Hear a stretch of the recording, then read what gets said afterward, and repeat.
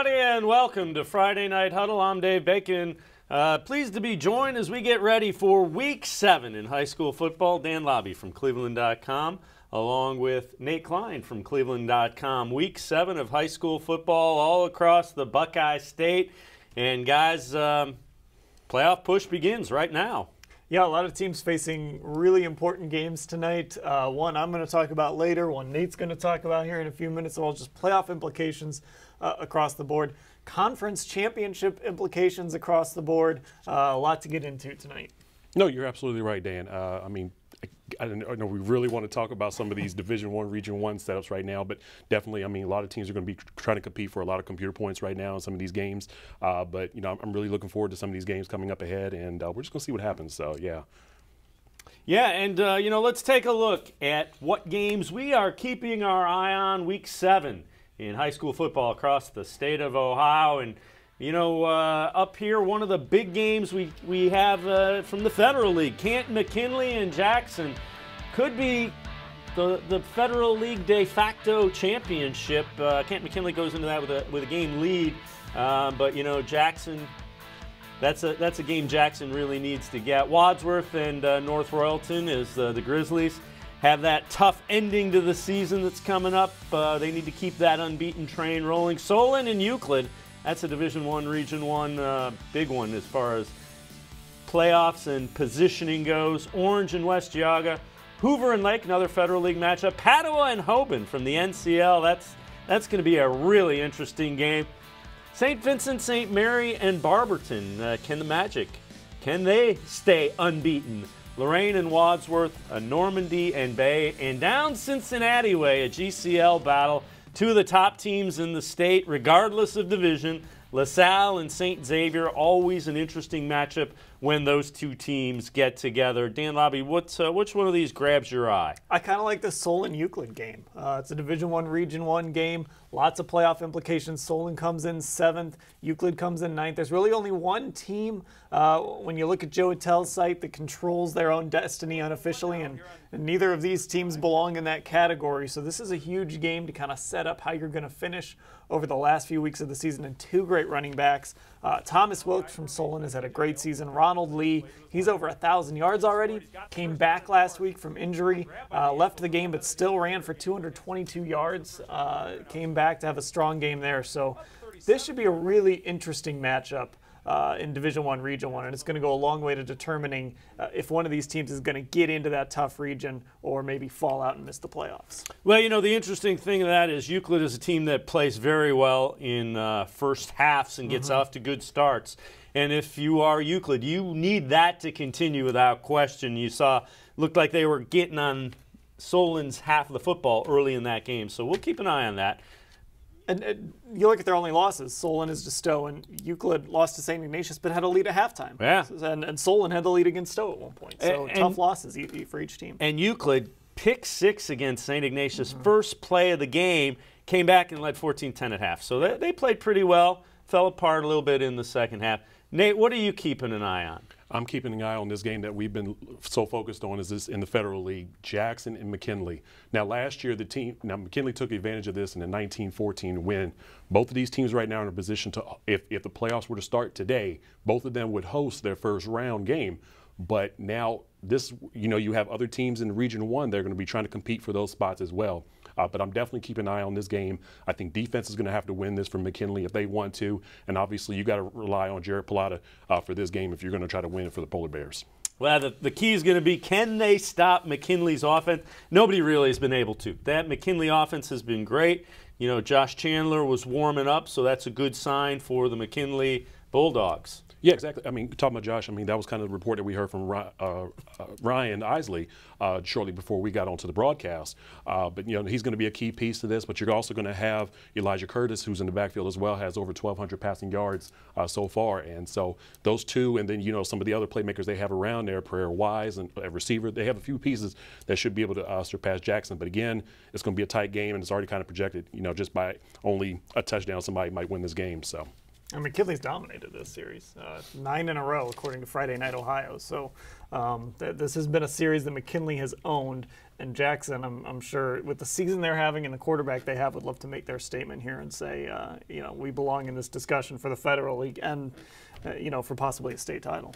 Well, the game that really kind of grabs my attention, Barberton and St. Vincent-St. Mary. Magic, unbeaten, and really have done a nice job. A couple of the games that they were pointing to early in this season were Aurora and Copley, the two teams that beat them a year ago when they made the playoffs for the first time since the 90s. They beat both of those teams, and now they step it up a little bit as going against St. Vincent-St. Mary. Definitely a tough competitive game for the Barberton Magic. Yeah, and the way they've played, we've seen their athleticism on display. Their quarterback, Zane Reese, is so good with the football, so efficient.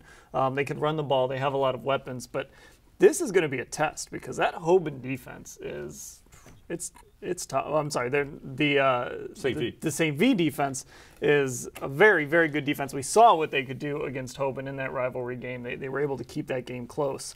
It's going to be a good test. And now the Fighting Irish, St. Vincent-St. Mary, their quarterback is going to have to try to do the best he can to keep that Barberton offense off the field.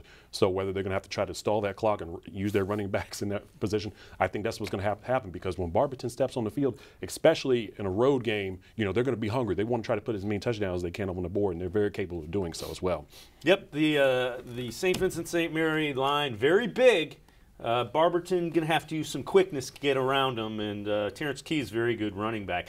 Well, Dan, you kind of was a spoiler alert. Hoban and Padua. That's another big game. Padua comes in. Really, this is going to be the toughest test that Padua sees so far this season. We're going to talk about the Bruins offense shortly, but I really want to talk about this defense. I think they're going to have to be a key piece in this game against Hoban because, as you noticed in week one, Hoban, what was one of their struggles was that it was St. Ignatius' defense that stopped them in that game. And so I feel like if it's going to be anything that's going to stop the Knights in this game, it's going to have to be the defense. Now, will they be up for that task? That's what we're going to find out here in week 7. But definitely, I think that coming down to this game, I think it's going to have to be the Bruins defense that's going to step up, create turnovers, and maybe try to see if they can get a couple lucky ways to have the ball fall their ways. So, and that Hoban defense is going to be stacked up to try and stop Trenton Kramer. As good as Kevin Peterson's been, they don't want to let Padua come out and run the ball, hold the football, control the line of scrimmage. You're looking at some of these numbers he's put up. He's had multiple games over 200 yards, another game where he was close to 200 yards and got into the end zone a few times, 3 times actually. So this is a guy who's very dangerous at the running back position, and if he gets going, gets some big plays, they're able to keep the football out of the hands of Hoban, keep that offense off the field. This is a good test because Hoban has that great defense. Well, let's see what Trenton Kramer and company can do against it. And Hoban's defense, physical. I mean, they gave up 17 points to St. Ignatius. Not many teams have held St. Ignatius's, we're going to run the ball and we're going to move you around the offensive line to 17 points. Hoban, a Division II team, did that in the first game of the season.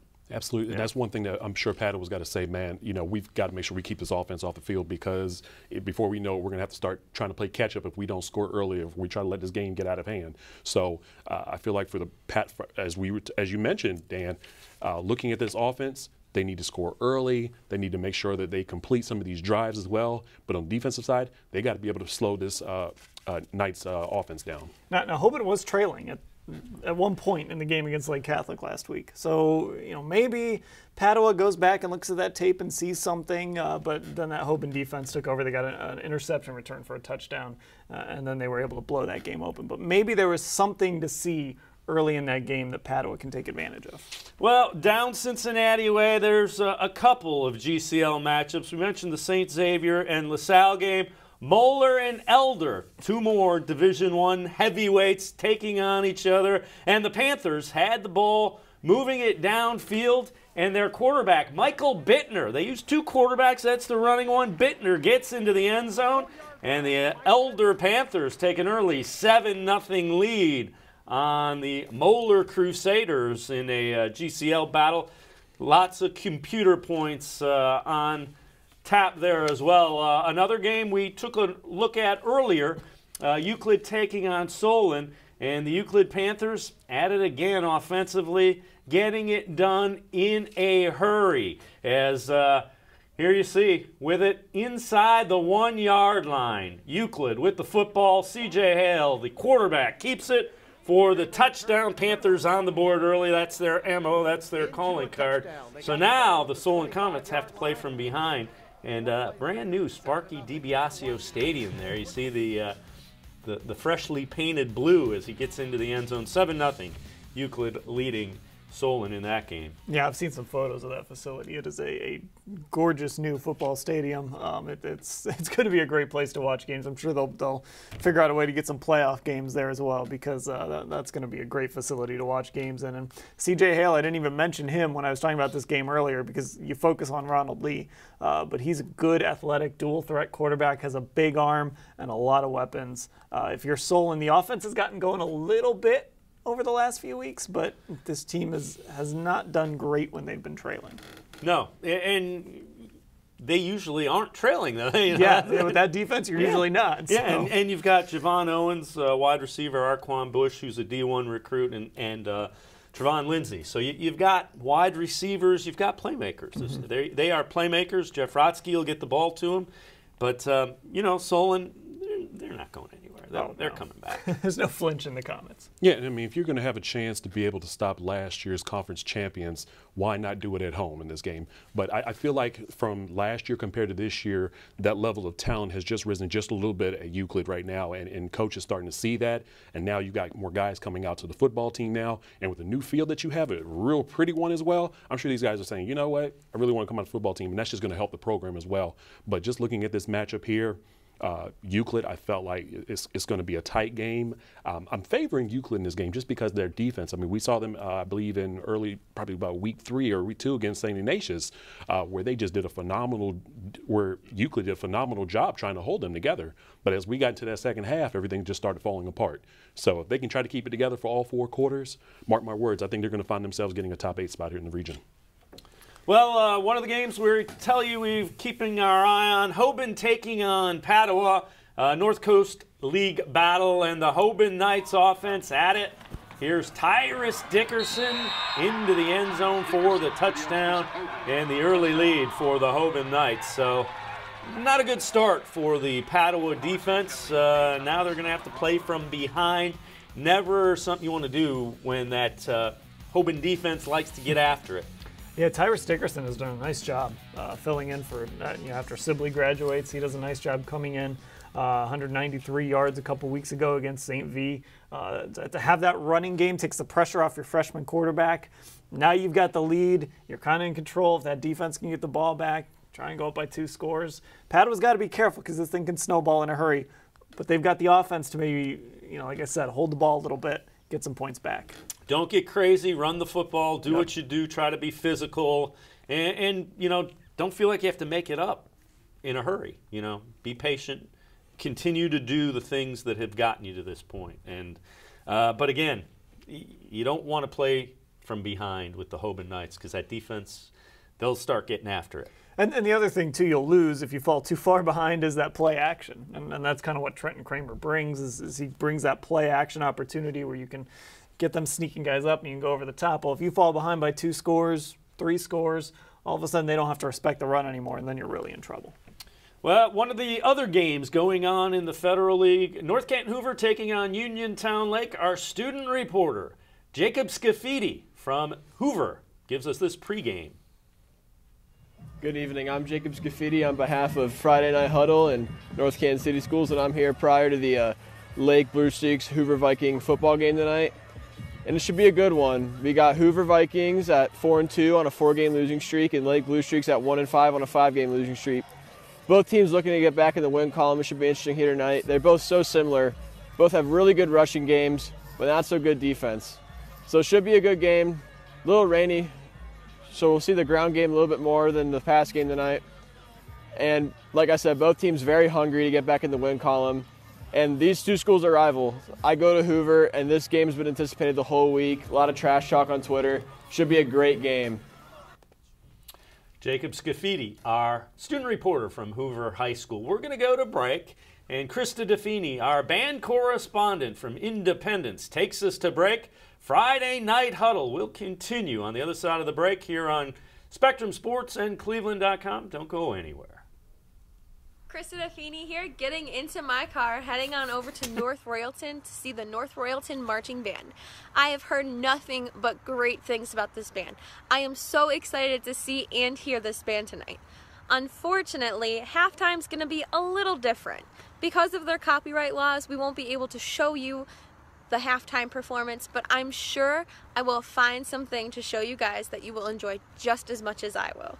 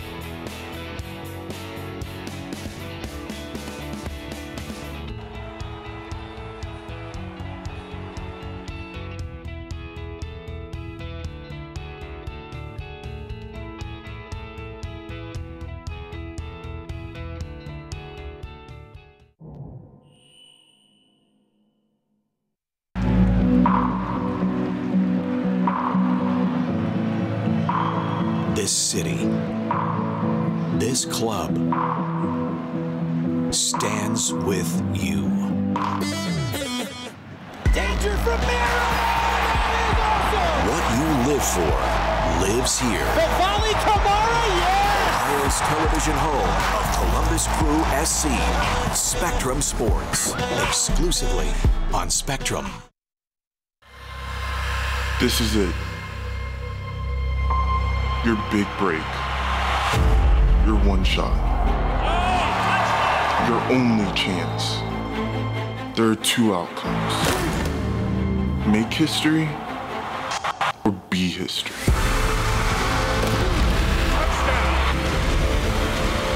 The home of high school sports, Spectrum Sports, exclusively on Spectrum.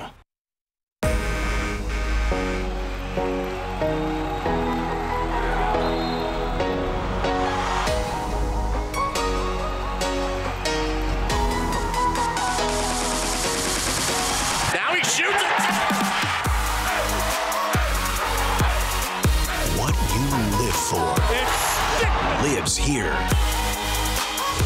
We are Spectrum Sports, exclusively on Spectrum. Every week, from the locker room to the pitch and everywhere in between, Access Crew SC is your ultimate inside look at the black and gold. Join Marissa Contebelli, Dwight Burgess, and Neil Sika for unmatched coverage, in-depth analysis, and exclusive talks with the players and coaches. This is your club. This is your access. Access Crew SC, Wednesdays on Spectrum Sports. The Ohio Lottery's Partners in Education program has been recognizing students and teachers who shine both in and out of the classroom since 2007. To nominate a deserving teacher or student, go to OhioLottery.com and click on Supporting Education. Students in kindergarten through 12th grade are eligible to be academic all-stars. K through 12 teachers can be honored as the Teacher of the Month. Every school that participates is eligible to be honored as the School of the Year. The Ohio Lottery's Partners in Education, where stars shine. Wednesday nights, get ready for kickoff with Spectrum Sports. High School Blitz Preview. The can't miss show for all things high school football. We'll break down team news, the latest standings, and what to expect on the road to Canton. High School Blitz Preview. Wednesday nights at 7 on Spectrum Sports. Exclusively on Spectrum. Crew SC Match Day. Every match, 30 minutes before the kick. Delivering everything fans need to know. With live reports, unmatched analysis, club news, and more. After the game, stay here for Crew SC Post-Match. From the biggest moments to the road ahead, Crew SC Match Day and Crew SC Post Match. Only on Spectrum Sports. Have you ever lived for something? Have you ever dreamt of something? Something more? Something special? Something bigger than yourself? Well, have you? This is what you live for!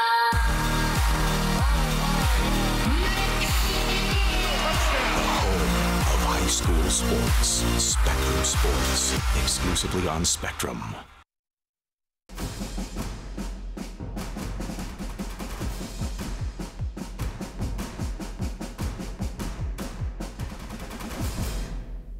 Welcome back to Friday Night Huddle, Week 7 of high school football from all across the Buckeye State, along with Dan Labbe from Cleveland.com and Nate Cline from Cleveland.com. I'm Dave Bacon.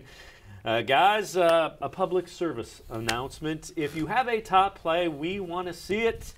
Hashtag FNH Top Plays. Hashtag FNH Top Plays.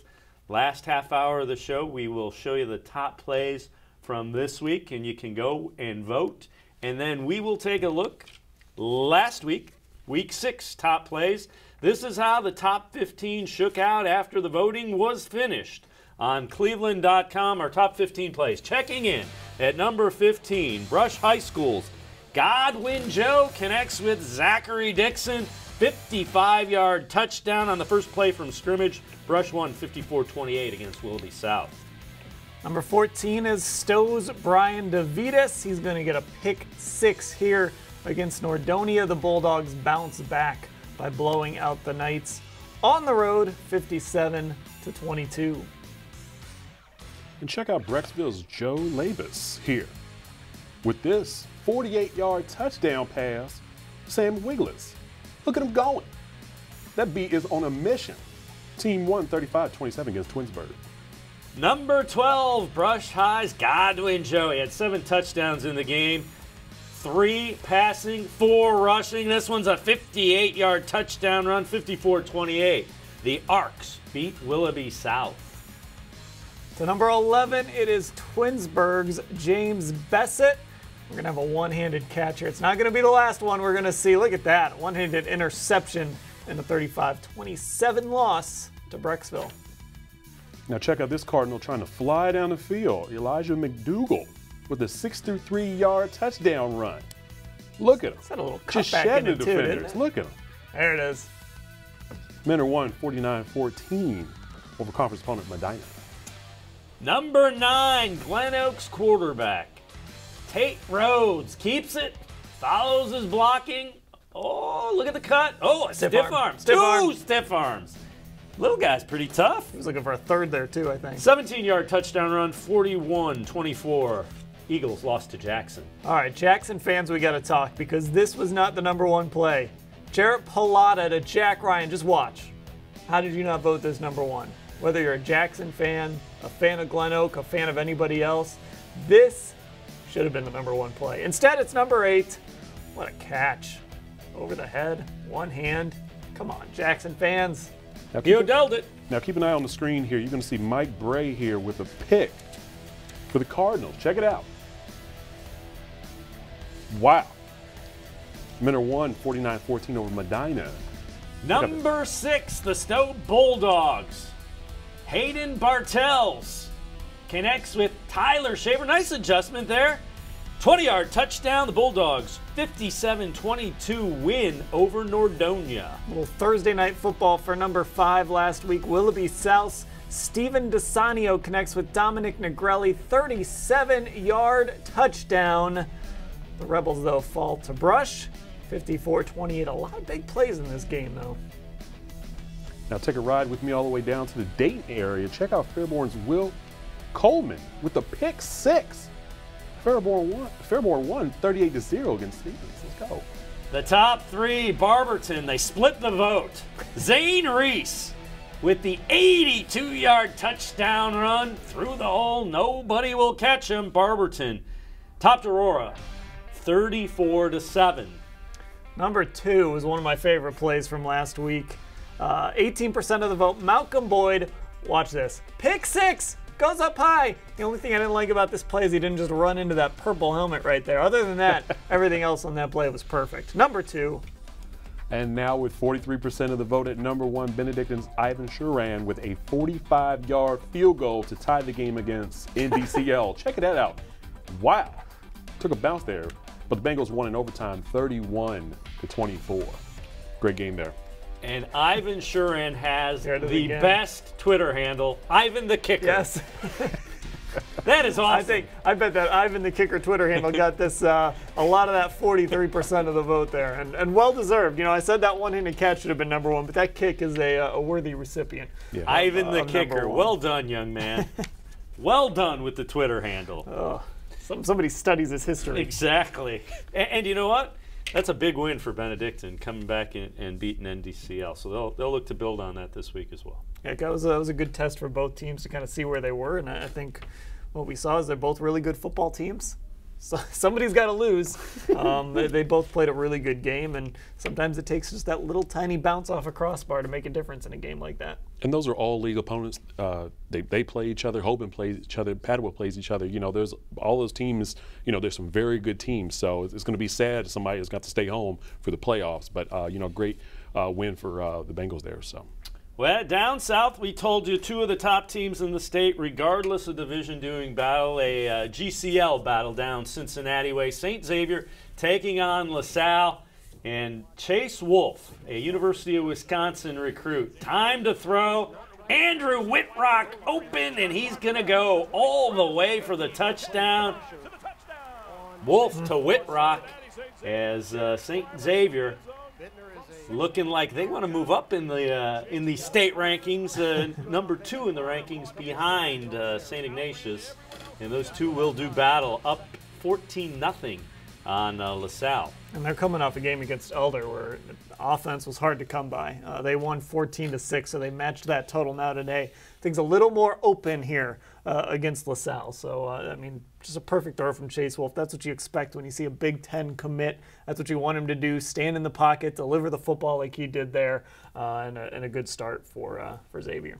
Yeah, and he played last year in their state championship run when Sean Clifford, also a Big Ten commit, he's going to Penn State. He was hurt. Wolf came in and played. So that valuable experience, you know, running and playing in big-time games. Yeah, and that's what you like to see. You don't like to see anybody get hurt, but if it means that a guy can step up and get a little bit of playing time and then you can get your first guy back, you know, you'll take that. And that little bit of experience in the state championship against St. Ignatius, that really helped elevate his confidence level. Now he leads the league in passing yards now. So what I said in this, one of my keys coming into this game was basically who was going to make enough plays for their team in this.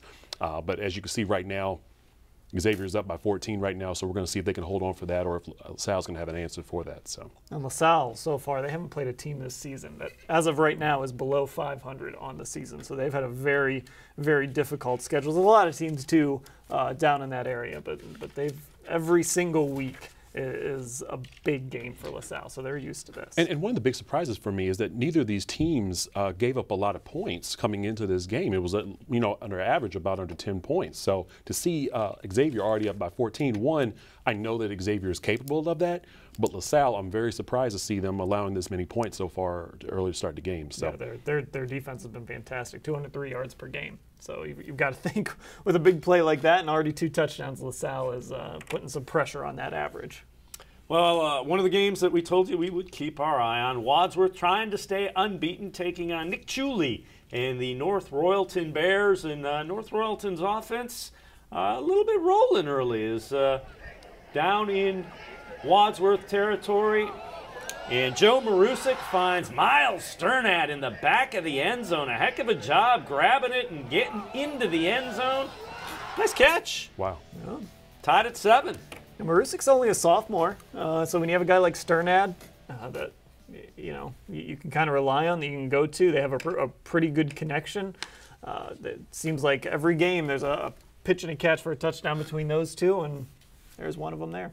So the Grizzlies getting pushed a little bit early by the Bears. That's a Suburban League battle, and let's see how, you know, Justin Todd's team responds. Let's see how Coach Todd's team responds. Of course, Joey Boffman, the quarterback there, pretty good one. So we'll see. Can they stay unbeaten? That's, you know, you always are going to get tested. So that's not necessarily a bad thing.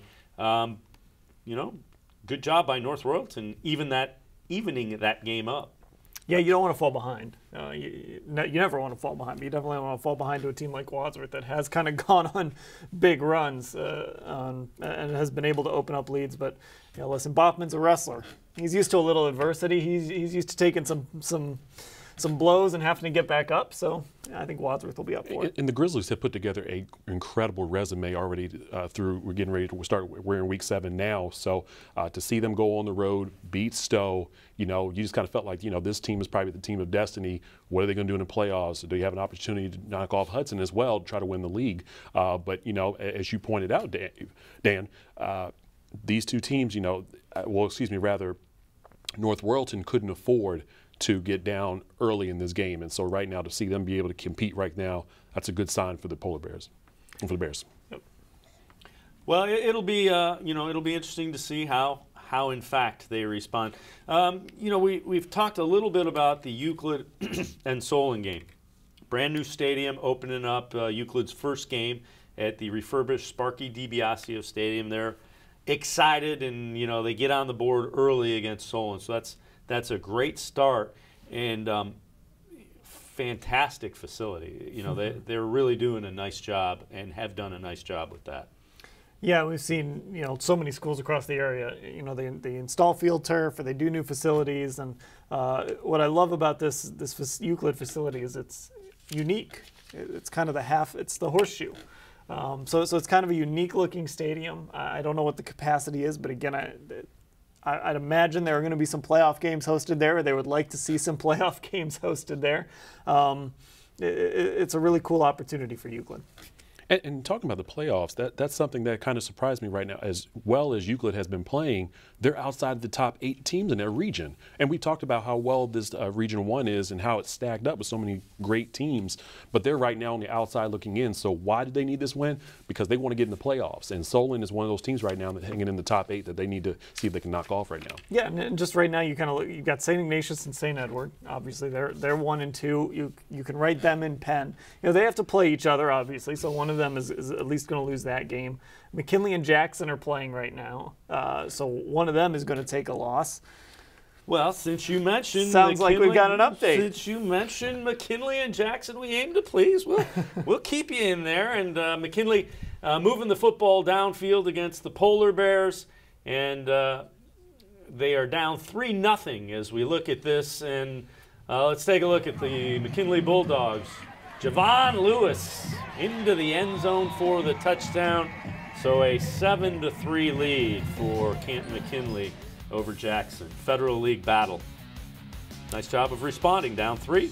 No, absolutely. Put it in the end zone. Yeah, no, absolutely. I mean, I felt like, you know, and going back to one of my keys, I felt like McKinley defense was going to have to try to win this game. But obviously, you have the offense, you have the talent, you have the playmakers to be able to put points on the board just as well as Jackson does now. But I feel like, you know, as well as these two teams have been playing offensively coming into this game, we could see a lot of points maybe, but I think it's going to be a really tight game. And as we can see, it's already separated by 4 points. So. Yeah, we know McKinley has the ability to possess the football if they choose to do that. Now, they can score a ton. They're a very balanced offense, but with the 2 running backs they have, and we just saw one of them in Javon Lewis, they can possess the football if they do want to slow the pace down a little bit and keep the ball out of the hands of Pilata. Well, the other thing, you know, we'll go back because we were talking about Euclid before we had our little update there. If you're Solon, you don't really want to play from behind because that tends to take Thomas Wilkes, I don't want to say out of the equation, but it minimizes it because you have to throw, and that's not what you want to do. So it's important for Solon to not fall terribly behind so you can keep that threat of running in effect. Yeah, and Euclid can score so quickly, too. We've seen throughout the season they've had really strong first halves. They've had fantastic first quarters where they've put up a ton of points. Now, they've struggled at times in the second half, but if you give them opportunities, if you have empty possessions and you give them opportunities, You know, they're a lot like a mentor or a mentor or someone else who can kind of just score in bunches. They can turn 7-0 into 21-0, or as Glenville saw, 32-0 in a hurry. And that was one of, and I'm glad you pointed out about Thomas Wilkes. Last week, I mean, even though Solon pulled off that 28-14 win against Brunswick, I was very surprised to see he had a very quiet night. I'm talking about quiet like yards, like he had very little on like 7 carries. So I'm curious to see how they're going to be able to utilize him in this conference game. But no, Thomas Wilkes, you know, if Solon wants to try to maybe preserve this win, they're going to have to try to utilize that running back as well. Well, another game that we're keeping an eye on, Nordonia and Brecksville. Nordonia, a 7-6 lead on the Bees, and Nordonia in the red zone, trying to, they moved out of the red zone, back to the 30-yard line after a penalty. So here we go. Levac, actually, that's a different quarterback, is Robbie Levac actually is in there, and it's complete to Donnie Wisniak. So Levac to Wisniak, that's kind of the combination that's been effective, and they're back near the 20-yard line. They picked up the 5 they lost, plus a couple more. Nordonia's offense has just done so much in these first few weeks, and it was just sad that at this point now they're 0-6, and you know, some people have just written them off. Not, you know, already right now they're not even projected to make the playoffs. So, you know, now the question is, you know, what are they fighting for right now? Is it pride? Nice pass underneath, and it's Brendan O'Donnell for the touchdown. So Levac to O'Donnell, and hey, look at that. The Knights trying to get their first win of the season, trying to move up 14-6 on Brecksville. The problem here, if you're Brecksville, is you're playing an 0-6 team. You're 8th in your region right now, and then you've got to finish with North Royalton, Wadsworth, and Stowe. So you've got to take care of business in this game, and right now they're trailing to a team that has not really played well. You know, we saw what Stowe did to them last week. We've seen what some other teams have been able to do against Nordonia. This is a team that's down, and when you've got to finish like Brecksville has to finish, you can't mess around when you're playing an 0-6 team. You've got to take care of business. And in my eyes, you know, to tell you the truth, I really thought this was probably going to have to be a tune-up game for Brecksville, because Nordonia, I just said, you know what, they've done so much. I'm just wondering what kind of energy that we're going to come out in this after coming down 0-6. But obviously, Nordonia is looking to try to upset this and try to help out some of the cheerleaders right now, with Twinsburg and Copley right now right behind, and Mayfield trying to get a spot in the playoffs as well. Nice pass by Levac to O'Donnell underneath. The conversion was good, so it is, in fact, 14-6.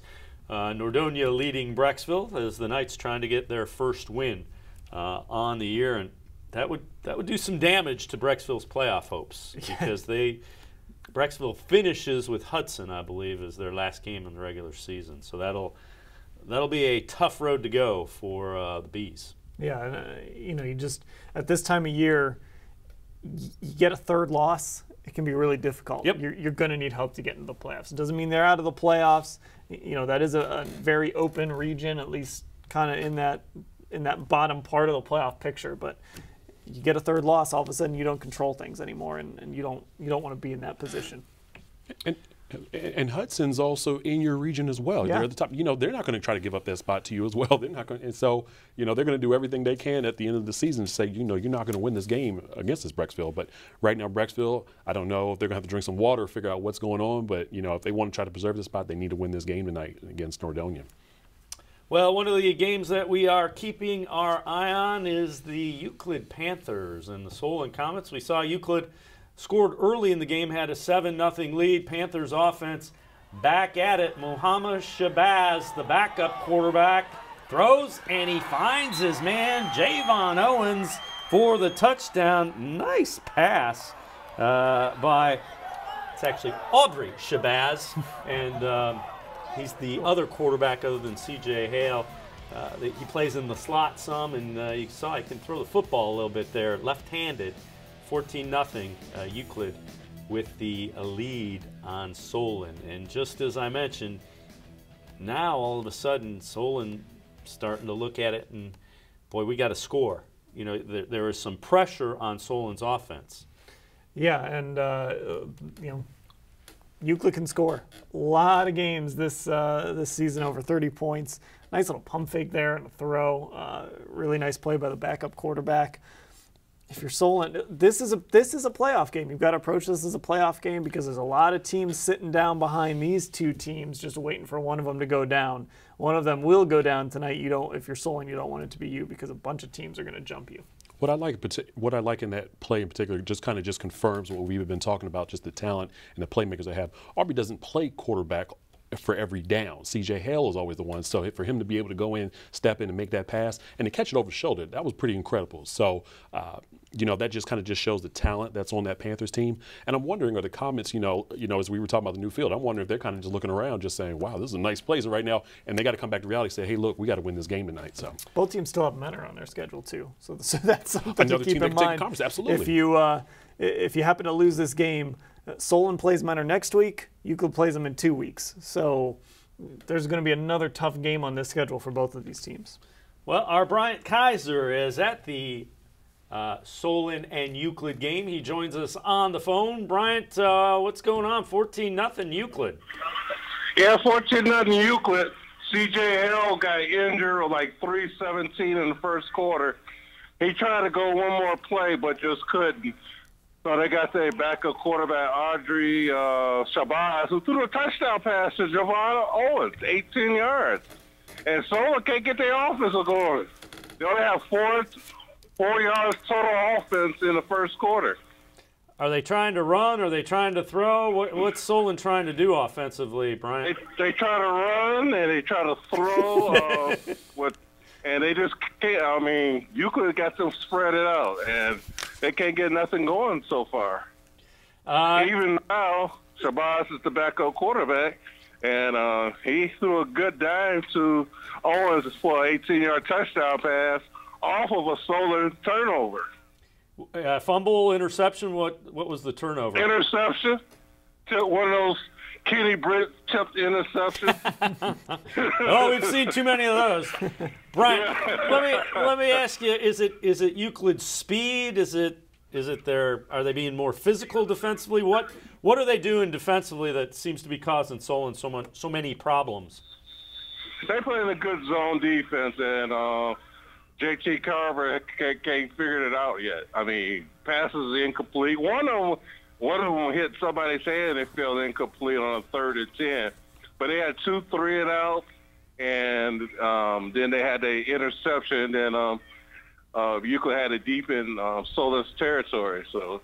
And we're seeing it right now, and what we're seeing is the zone read did not work as Euclid's defense shut that down.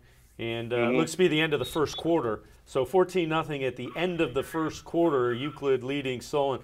Bryant, we appreciate the update. We will continue to check in with Bryant Kizer at the Euclid and Solon game. So 14-0, unable to run the football.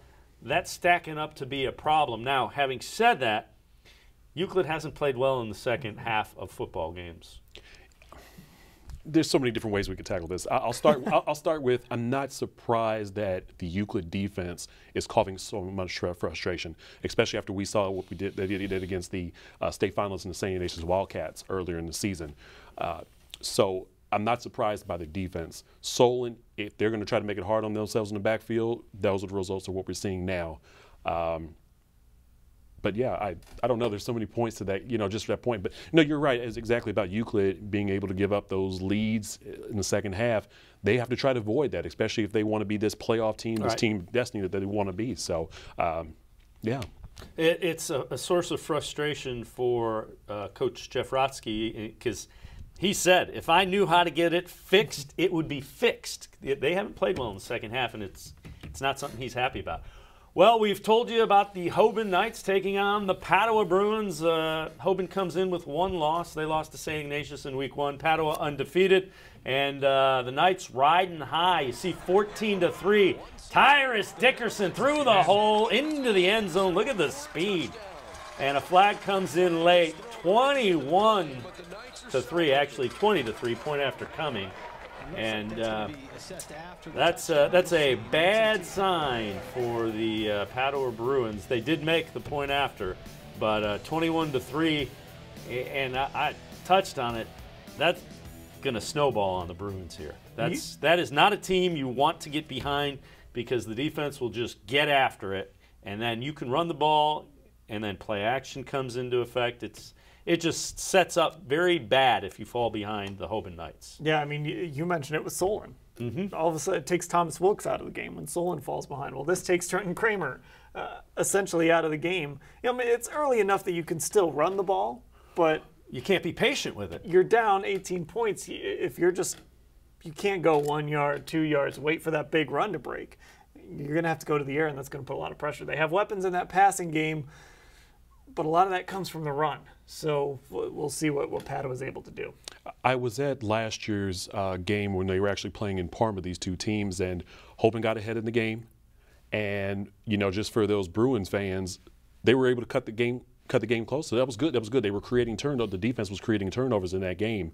But to be down by this much is a little bit alarming. That was something I said that they shouldn't try to avoid, especially when Trent starts trying to pass that football. They know, the Hoban defense knows what they're looking for there. So it's going to make it real tough on him try to finish this game out here. And the other thing it does now with Hoban, with a freshman quarterback, what you're going to start doing is you're going to rely even more on that big offensive line. You've got Nolan Rumler, you've got R.J. Kelly. Those are D1 recruits.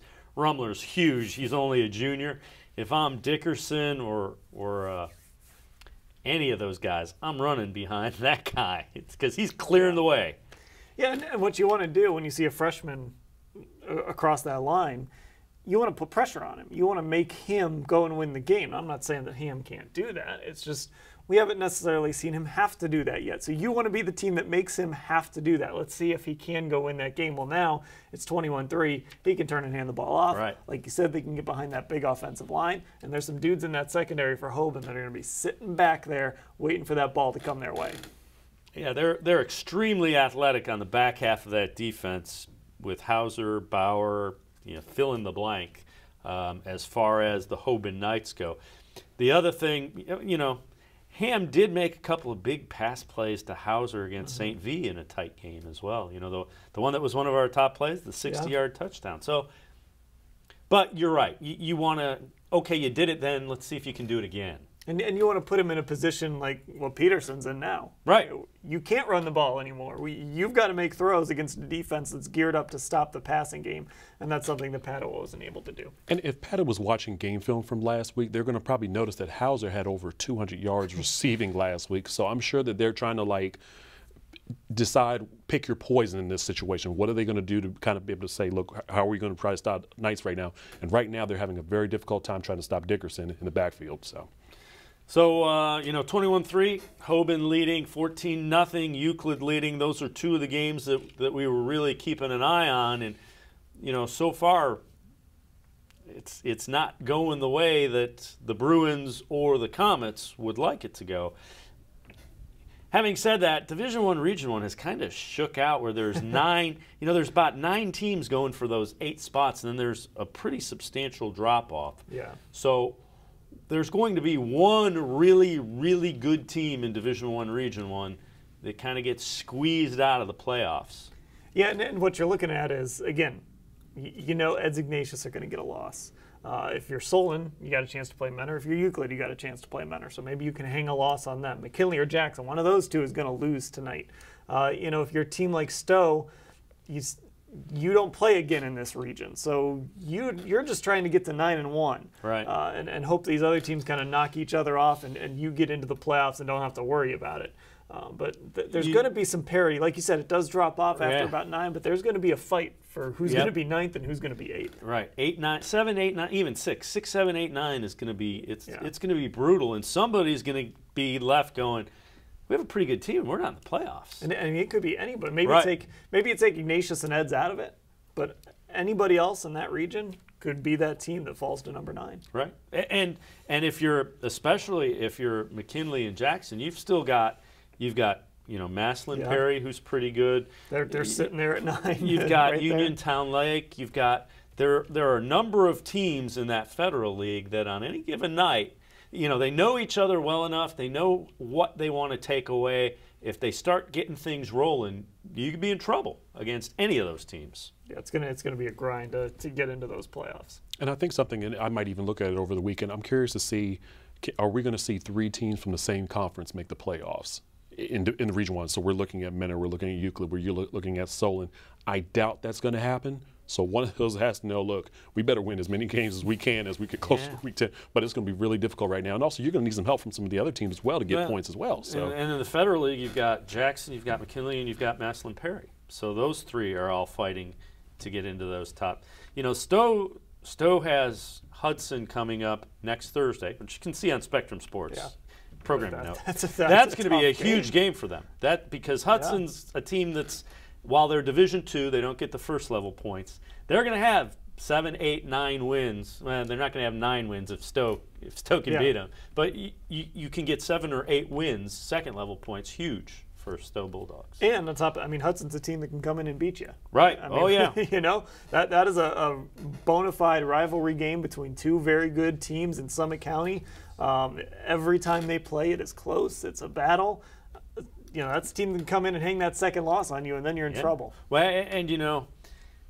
And so is Twinsburg this week, and Twinsburg's not right. That's not an easy game either. No, and you know, Twinsburg is one of those teams. They've been really up and down. It's a sign of youth. They don't have a lot of seniors. They have a lot of juniors that are really good. They have some sophomores that are really good, and they're still kind of figuring out how to win. And that's symptomatic of a couple of close losses that they've had to teams that they probably feel they should have beat. You got to figure out, okay, we can't make mistakes at critical times because mistakes equal losses. And that's, you know, unfortunately, that's the lesson Twinsburg is learning this year as juniors. Yeah, very much the hard way. Although, I mean, what's worse, finishing 9th in Regional 1 or finishing 8th and having to go up to Byersfield and play St. Ignatius or go up to Lakewood Stadium and play Eds? Obviously, you want to make the playoffs, but you would love to not be the number 8 seed, assuming Eds or Ignatius is going to finish in that one spot. And you know, the interesting thing is Ignatius finishes. I mean, they have Glen Oaks Saturday. Yeah. Then they go to Columbus and they play Moeller. Then they host St. Xavier. Then they play Eds. So those are Eds, Ignatius, and Moeller, or Eds, Ignatius, and Xavier are 3 of the top 4 teams in the state by anybody's ranking. Some of them have them 1, 2, and 3. So. And they kind of all play each other. So by the end of it, they're going to have a couple of losses, but they're also going to know exactly what they need to improve on to go deep in the playoffs. You know, and Eds doesn't have quite as tough a finish, but no, you know, they still got to play Moeller. I know Moeller's 3-3, but that's a really good 3-3 football team. But yeah, Ignatius's finish is going to be just like their whole schedule. They've played an incredible schedule so far, and this finish that they're going to have, it's going to be fun to watch to see exactly what type of team they are, like you said, kind of figure out what they need to work on if they want to win that state championship. Well, another game that we're keeping our eye on, Orange at West Geauga. Mike Peticca joins us. Mike, what's going on with Orange and West G? At halftime, we have a 7-7 tie. Have a band here real close to me, so I may not be able to hear any questions you posed to me. But Orange took the opening kickoff and drove to the West G 34, but from there a pass was intercepted by Tyler Hackelman, a West Geauga DB, returned it 16 yards to West G 34. The reason I go into that detail is because the very next play, West G quarterback Jack Schenkel hit wide out Frank DiPaolo for a 66-yard touchdown pass on a post pattern. 7-0 West G lead. That was their first offensive play, and maybe somewhat oddly, that's the only pass they've thrown so far. And Orange got their touchdown 8 minutes left in the second quarter. They had an 82-yard march. It was almost all on the ground with the damage being done by running back Jake Tonkin and quarterback Sean Borgman. Borgman got the points on a 2-yard dive, so that's basically where we're at. Not a whole lot has gone on. Most of the offense has been on the ground, which, of course, accounts for a pretty quick first half. Hey, Mike, has West G been able to mount anything? You mentioned the big play. Have they had any offense at all, or has it been just the big play? Well, other than that, they've had only 13 other plays from scrimmage. They're all well, 12 of them running plays. One of them was a sack when they were looking to throw it. The 12 running plays, their longest run is 6 yards. So, yeah, other than that play, they haven't had much opportunity, and the little opportunity they've had, they haven't been able to do much with it. Mike Peticca, we appreciate the update from Orange and West Geauga. We will check back in with Mike in that second half. Going quickly is heck. They're at halftime before 45-minute first half. That's what happens when you run the football. I guess Orange could score some points too. Just kind of looking at some of the numbers they've put up. Aside from a 28-6 loss to Green, they've scored 35, 44, 54, 30, 42. So low scoring affair. They're trying to get everybody home early tonight. 7 in the first half. 7. So and West G hit them on a. I'm sure that was a surprise that you're throwing a post pattern on the first play from scrimmage and you connect and you put points on the board. Yeah, I mean, both of these teams very talented. I leaned a little bit more so to Orange's defense just because they've been able to keep teams scoring to a minimum.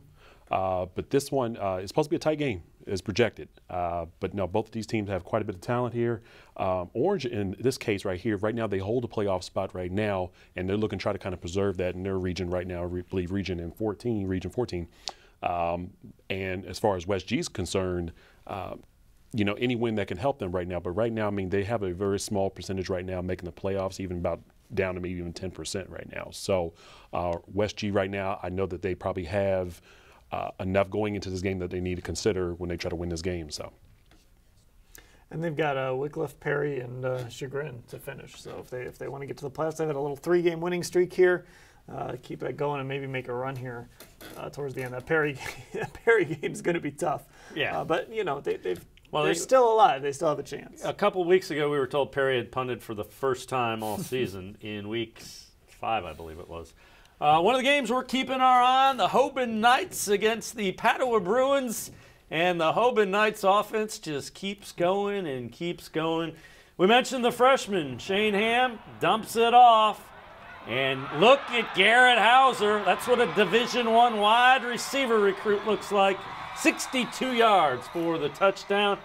Get the ball out in space and let your playmakers go make plays as the freshman goes and celebrates with the Naval commit. 28-3. I think the Hoban Knights were a little angry they weren't in that AP top 10 for Division II. Not sure the voting on that. Haven't seen a better team in Division II around here. So, but the Hoban Knights looking impressive. I think if they just had that, if the only guys they had on their roster were that offensive line, they should still be like top 5 in Division II. That is truly bizarre, and I mean that's easy offense right there. Little pitch and catch. Garrett Hauser going to Navy next year. Won't even have to change uniform colors. That's exactly how you want to do it if you're Hoban. And I was scratching my head up into that score. I was just wondering when Garrett was probably going to eventually get involved in this game. He had 9 catches last week and 3 touchdowns and 201 yards last week. So it's a good sign to see that Ham and him are finally connecting in this game. And it looks like that might hopefully help them here against this Bruins team because right now they're having a tough time putting some points on the board. It's the old Woody Hayes line. We know. When we throw the football, 3 things can happen and 2 of them are bad. So we run the football, and we run the football into the end zone. But yeah, they're a really good team. They're a complete team, and they look every bit as good as they have. That defense, saw them play against St. Ignatius, and they have done as good a job against St. Ignatius's offense running the football as I've seen done through the first 7 weeks. So that's an impressive thing to be saying about a Division II program. Yeah, and talking about the Hoban defense, they shut out Trotwood Madison in the state final last year. So really, I don't know if it was necessarily a concern of mine coming into the season how the defense was going to fare, but just to see everyone rallying, adding some pieces that they needed to is a great sign for the Knights moving forward. But Padua right now they have kind of the struggle of how are we going to get out of this hole right now that we're in down 28-3. So. And defensively, nobody's really done this to Padua. They gave up 34 to Warrensville Heights, but that was a blowout. That wasn't like it was just a complete shootout. They won 56-34. Every other game, they've given up 10, 20, 17. They give up 7 to Holy Name. So this defense hasn't been bad as far as giving up points. So this is kind of staggering a little bit if you're Padua. Well, one of the other games we're keeping an eye on, the Nordonia Knights trying to pull the upset against Brecksville. Nordonia, a 14-6 lead, but the Bees, they're driving. Second quarter, Alex Buckley. Oh, look at that. Finds the hole, cuts through, gets into the end zone. And then Alex Buckley, the 2-point conversion, the deepest of the backs, into the end zone with no problem. Good blocking up front. So the Bees tie it up 14-14 in the second quarter on Buckley's run, and then the 2-point conversion as well. Yeah, Buckley, one of those running backs that has just put up big game after big game. You look through the box scores of everything that Brecksville has done, and Buckley has been there putting up 150, 170 yards. He's been very reliable behind his freshman quarterback. And I get it. You have to kind of get a sense that maybe they were trying to feel each other out maybe early in this game, because Brecksville, their offense is just too talented to be down that early in the game and to be against an Nordonia team who is 0-6 right now. So I believe that it's a great sign to see that they're on the scoreboard now. But now moving ahead, Nordonia's got to figure out, man, how are we going to try to shut down this Bees offense? So. Anything from Wiggles in that game? Are we allowed to call him that? I don't know if we're allowed to call him. Sam Wiggles? Wiggles. Not yet. Not yet. But he had a heck of a game last week, So yeah. I don't be surprised that Nordonia probably didn't watch that tape and said, we've got to be able to put whatever we can on him to try to shut him down. Come on, he was in top place last week. Give the kid some time. That's true. Give some time to Wiggles. He'll get it done. That's a team that every year can score.